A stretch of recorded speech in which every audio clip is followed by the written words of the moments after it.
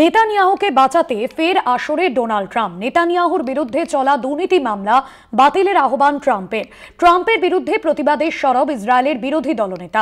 3টি মামলা চলছে, একটিতে 10 বছর পর্যন্ত জেল হতে পারে নেতানিয়াহুর, এমনটাই জানা যাচ্ছে। একটি মামলায় 10 বছর পর্যন্ত জেল হতে পারে। নেতানিয়াহুকে বাঁচাতে ইতিমধ্যেই তার বিরুদ্ধে চলা দুর্নীতি মামলা বাতিলের আহ্বান জানিয়েছেন ডোনাল্ড ট্রাম্প। ট্রাম্পের বিরুদ্ধে প্রতিবাদে সরব ইসরায়েলের বিরোধী দলনেতা। নিমাই পান্ডা রয়েছেন আমাদের প্রতিনিধি সরাসরি নিউজরুম থেকে। নিমাইদা, এই বিষয়ে ডোনাল্ড ট্রাম্প তিনি কি বলেছেন, তিনি তার কি বার্তা দিয়েছেন? দেখো, নেতানিয়াহু অর্থাৎ ইসরায়েলের প্রধানমন্ত্রী বেঞ্জামিন নেতানিয়াহুর বিরুদ্ধে 2020 থেকে যে মামলা চলছে এবং যে মামলাতে তার বিরুদ্ধে 3টি মামলা রয়েছে, 3টি মামলাতেই দুর্নীতির অভিযোগ রয়েছে এবং তার ট্রায়াল চলছে। অনেকেই সাক্ষী দিয়েছেন, সেটা বিচার প্রায় শেষের দিকে। সেই সময় হঠাৎ করে ডোনাল্ড ট্রাম্প তিনি বলছেন যে এই মামলাকে পুরোপুরি খারিজ করে দেওয়া হোক।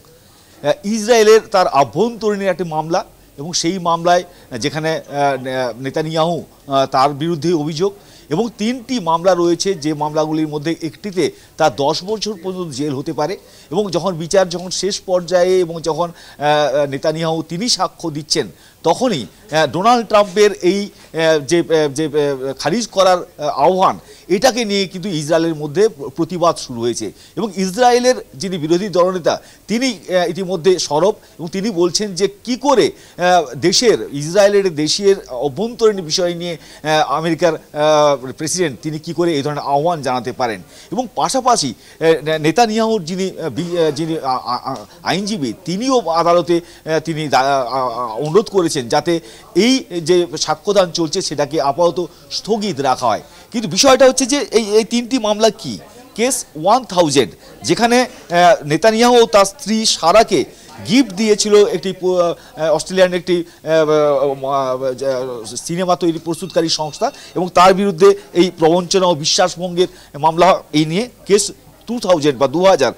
ইসরায়েলের একটি সংবাদ মাধ্যমকে সুযোগ পাইয়ে দেওয়ার জন্য এবং অন্য সংবাদ মাধ্যমটিকে যাতে তারা সুযোগ না পায় প্রচার করার ক্ষেত্রে, সংবাদ মাধ্যমে প্রচার করার ক্ষেত্রে, তার জন্য একটা আন্ডার টেবিল কথা হয় নেতানিয়াহুর বিরুদ্ধে। এবং নেতানিয়াহু এখানে আর্থিকভাবে দুর্নীতি করেছেন বা সহযোগিতা আর্থিকভাবে তিনি উপকৃত হয়েছেন বলে অভিযোগ। এবং তাছাড়াও রয়েছে কেস 4000, এবং এটা হচ্ছে সবথেকে গুরুতর মামলা, যেখানে নেতানিয়াহুকে অভিযোগ করা হয়েছে যে তিনি টেলিকম কোম্পানিকে নিয়ন্ত্রণমূলক সুবিধা পাইয়ে দেওয়ার জন্য সংবাদ মাধ্যম ওয়েবসাইট থেকে অনুকূল প্রতিবেদনের জন্য অবৈধ লেনদেনের সঙ্গে যুক্ত, বা যেটা ঘুষ, প্রতারণা এবং বিশ্বাসভঙ্গের মামলা। ফলে এই 3 মামলাতে যেখানে ইরানের সঙ্গে যুদ্ধে তিনি কার্যত বিধ্বস্ত এবং হেরে গিয়েছেন বলে তার দেশেই দাবি করা হচ্ছে। তার পাশাপাশি তিনি ডোনাল্ড ট্রাম্পের কথা মানেনি, ফলে ডোনাল্ড ট্রাম্প ও তাকে বিশ্বাসঘাতক বলে বলেছেন। আবার যদিও ডোনাল্ড ট্রাম্প তার এই মামলায় যদি তিনি দোষী সাব্যস্ত হন, তাহলে 10 বছর পর্যন্ত জেল হতে পারে, জরিমানা হতে পারে। সেই জায়গায় দাঁড়িয়ে যখন আহ্বান জানাচ্ছেন ডোনাল্ড ট্রাম্প যে এই মামলা পুরোপুরি খারিজ করে দেওয়া হোক, তখন কিন্তু তার দেশেই তার বিরোধী দলগুলি তারা সোচ্চার হয়েছে এবং নেতানিয়াহু কিন্তু মহাপাপড়ে পড়েছেন, মহাবিপদে পড়েছেন।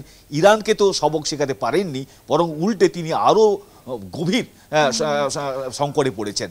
পার্শ্বতী, ধন্যবাদ জানাবো নিমাই। সরাসরি ছিলেন নিউজরুম থেকে আমাদের প্রতিনিধি নিমাই পান্ডা।